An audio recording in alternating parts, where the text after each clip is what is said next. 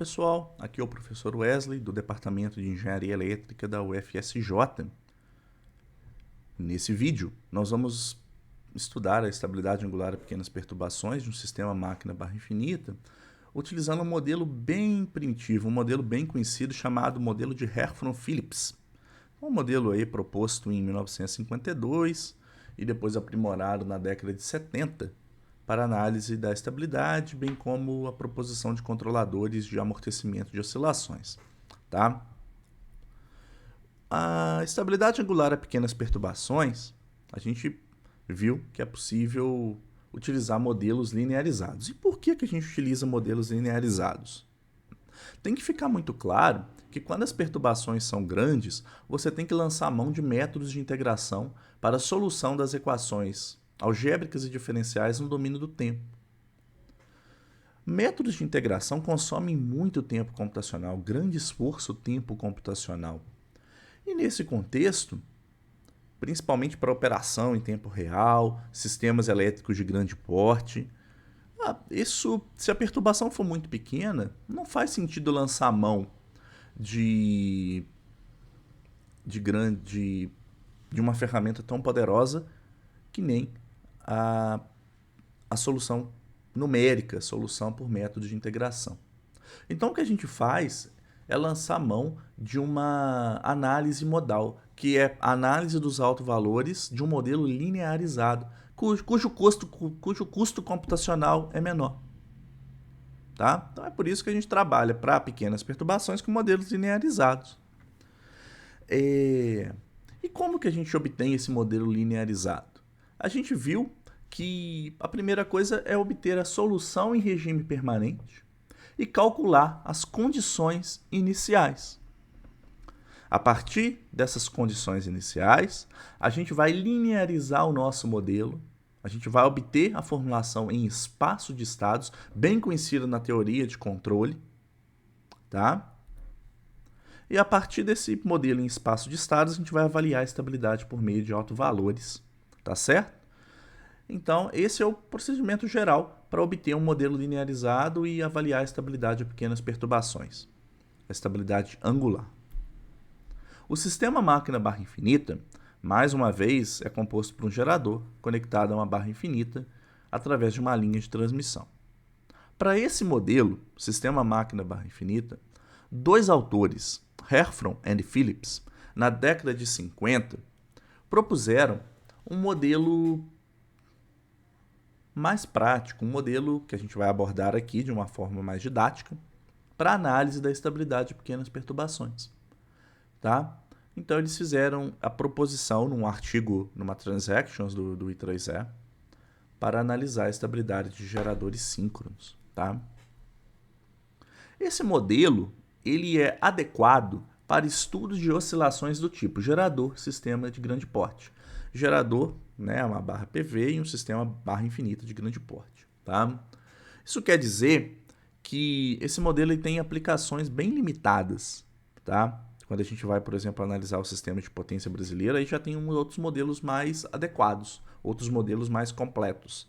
Mas para iniciar o estudo, a gente sempre sugere que o modelo de Herfron-Phillips seja introduzido. Ele é bem didático. Tá?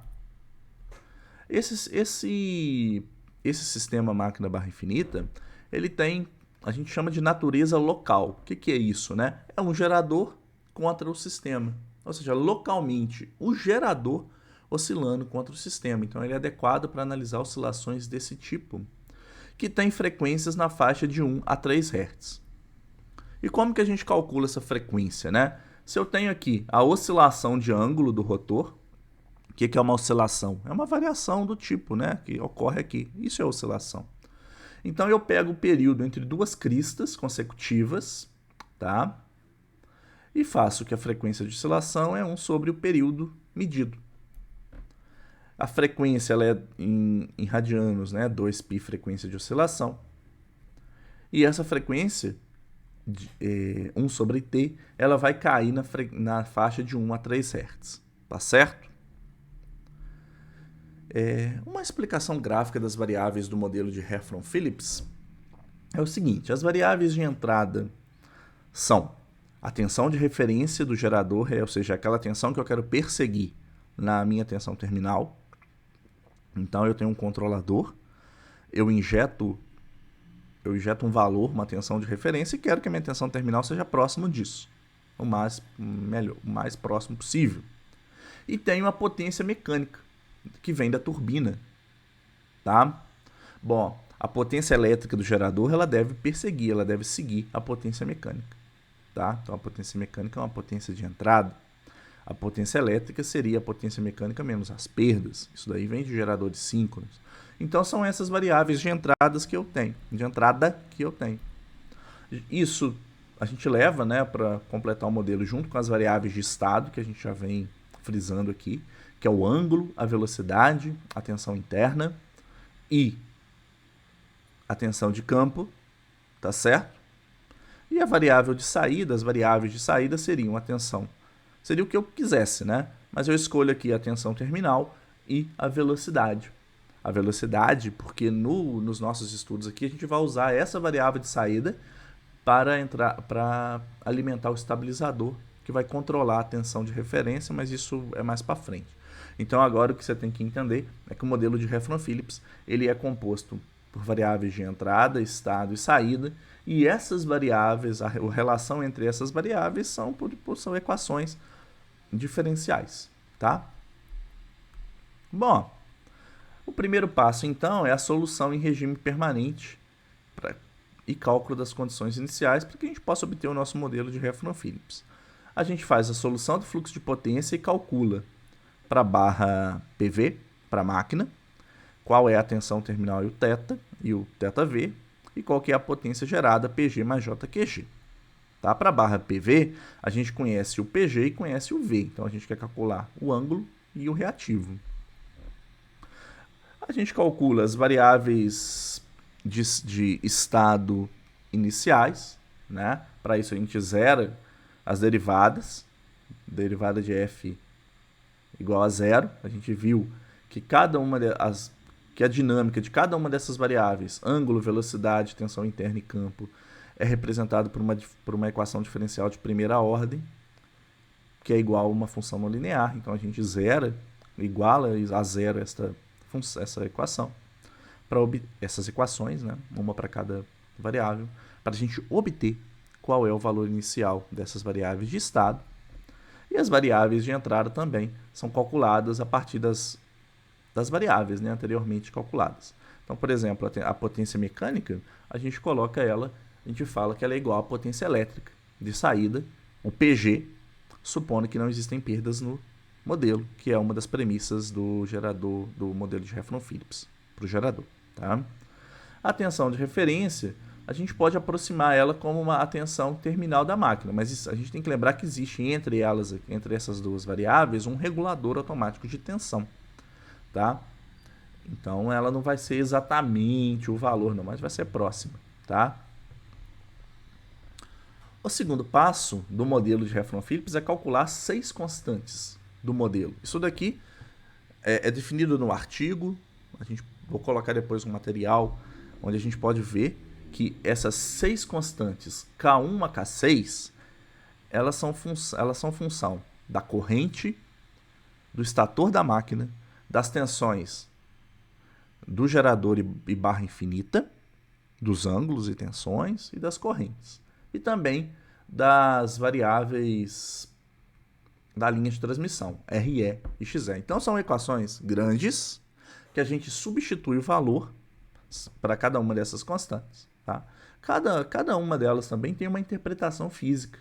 Umas vão representar coeficiente de sincronismo, outras vão representar a relação, né, de reação da armadura. Mas assim, para o nosso propósito aqui de introduzir você ao modelo simplificado, sem ficar focando muito profundamente nisso, a gente só apresenta que a gente obtém 6 constantes a partir das condições iniciais. Tá? Lembrando que essas constantes elas serão função do ponto de operação. Se eu mudar o ponto de operação do sistema, mudei o despacho, mudei a topologia, essas 6 constantes elas terão seus valores alterados. Tá? E a partir daquelas 6 constantes, eu consigo definir um modelo linearizado em espaço de estados AB, né? Então, ΔX derivada igual a ΔX mais B ΔU. E a gente teria também aqui as variáveis de saída, né? ΔY igual a C ΔX, mas a gente apresentou aqui somente as variáveis da representação do espaço de estados mesmo, né? Então, o modelo de Refron-Phillips, ele permite que a gente calcule esse modelo a partir de 6 constantes e já é mais ou menos algo mais fechado, né?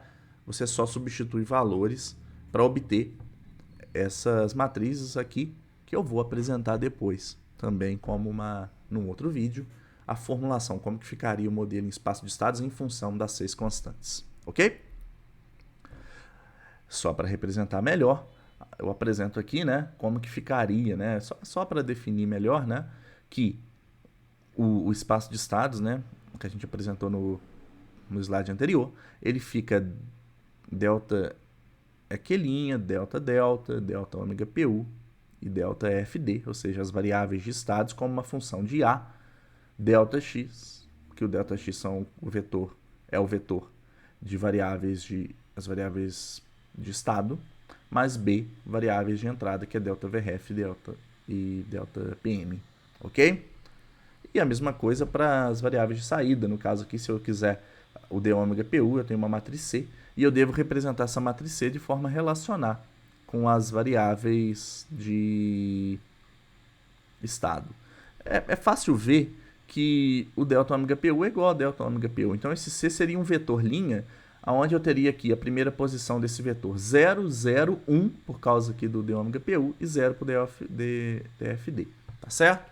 Mas isso aí a gente vê depois, ok? Obrigado. Obrigado por assistir esse vídeo. Neste canal, desenvolve-se conteúdos gratuitos para pesquisa e ensino na área de sistemas elétricos de potência e sistemas de controle. Se esse conteúdo foi útil para você, peço que curta, compartilhe e se inscreva no canal, o que é muito importante para a divulgação do meu trabalho. Me acompanhe também nas redes sociais ResearchGate, Twitter e LinkedIn. A lista completa com meus artigos científicos pode ser obtida no meu currículo Lattes do CNPq, no Google Scholar e no Orchid. Obrigado novamente e até mais!